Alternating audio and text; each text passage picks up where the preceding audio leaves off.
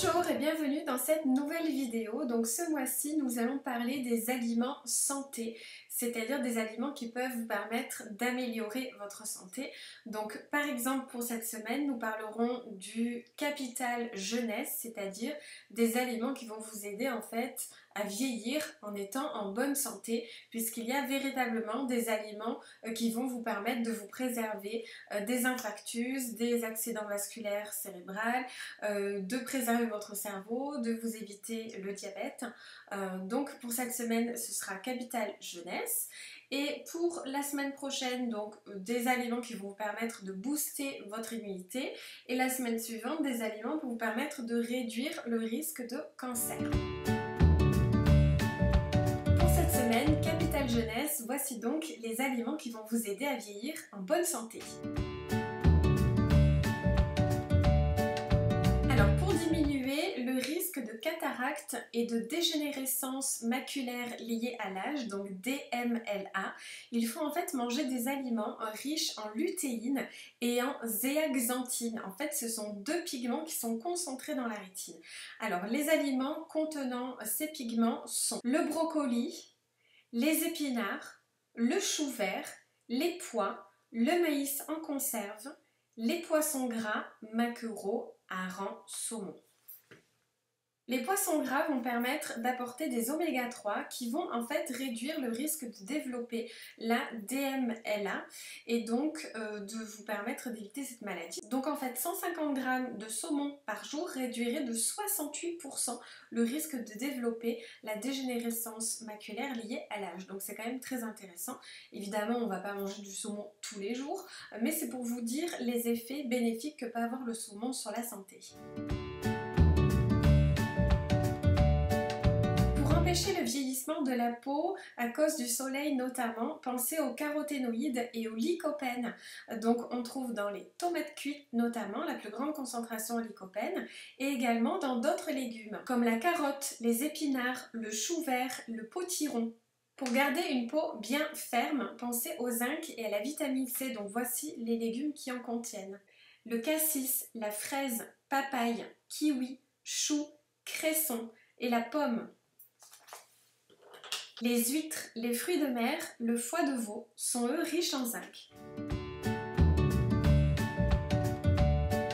Pour le cerveau, les oméga 3 favorisent en fait une bonne communication entre les neurones et jouent donc un rôle crucial dans la transmission de l'influx nerveux, notamment grâce aux poissons gras qui contiennent évidemment des oméga 3, on l'a vu tout à l'heure, mais aussi l'huile d'olive, l'huile de noix sont associées à de meilleures capacités cérébrales chez les personnes âgées de 55 à 80 ans. Le vin rouge, grâce au resveratrol que l'on trouve dans les raisins et de l'ordre de 1 à 2 verres par jour, réduit le risque de maladie d'Alzheimer, en plus de son rôle évidemment antioxydant et anti-inflammatoire.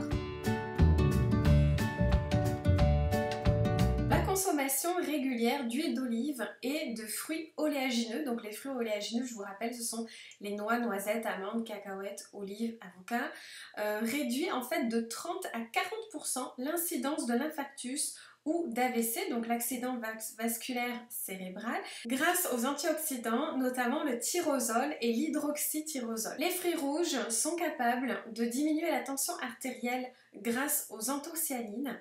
Pareil pour les polyphénols contenus dans le chocolat noir, il va augmenter en fait la dilatation des artères. Les aliments riches en fibres, comme l'avoine, les légumes secs, entre autres, aident au contrôle de la satiété, donc aussi du cholestérol et de la glycémie. Et donc c'est toujours bon pour la santé de toute façon, notamment pour la perte de poids, on conseille toujours d'augmenter un petit peu sa ration de fibres. Donc ça permet du coup d'éviter, de diminuer en tout cas le risque d'incidence d'infarctus et d'AVC. Et également, boire du thé vert réduit de 20% le risque d'AVC, notamment chez les gros consommateurs, c'est-à-dire d'au moins 3 tasses par jour. les muscles, évidemment, on le sait, il faut manger des féculents, tout simplement pour l'énergie et puis également pour l'apport en différentes vitamines B.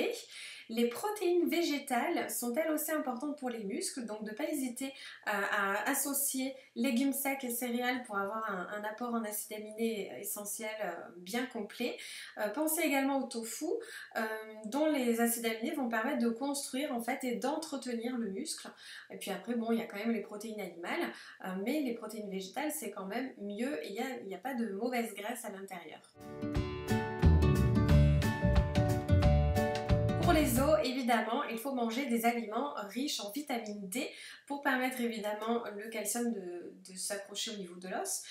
Donc évidemment, ce sont les poissons gras, les œufs, et puis il faut penser aussi aux aliments riches en calcium, notamment les produits laitiers, mais aussi le maïs, le fenouil, le cerfeuil, les légumes secs, le lapin, les bulots et la dorade sont de bonnes sources de calcium, de potassium ou de phosphore, et ce sont des minéraux essentiels pour la bonne santé des os et puis pour prévenir évidemment de l'ostéoporose. Voilà pour cette vidéo, vous connaissez donc désormais les aliments qui vont vous permettre de préserver votre santé au niveau de votre capital jeunesse et donc de vous permettre de vieillir en bonne santé. La semaine prochaine, nous verrons les aliments qui vont vous permettre de booster votre immunité. A très bientôt et bonne semaine à tous.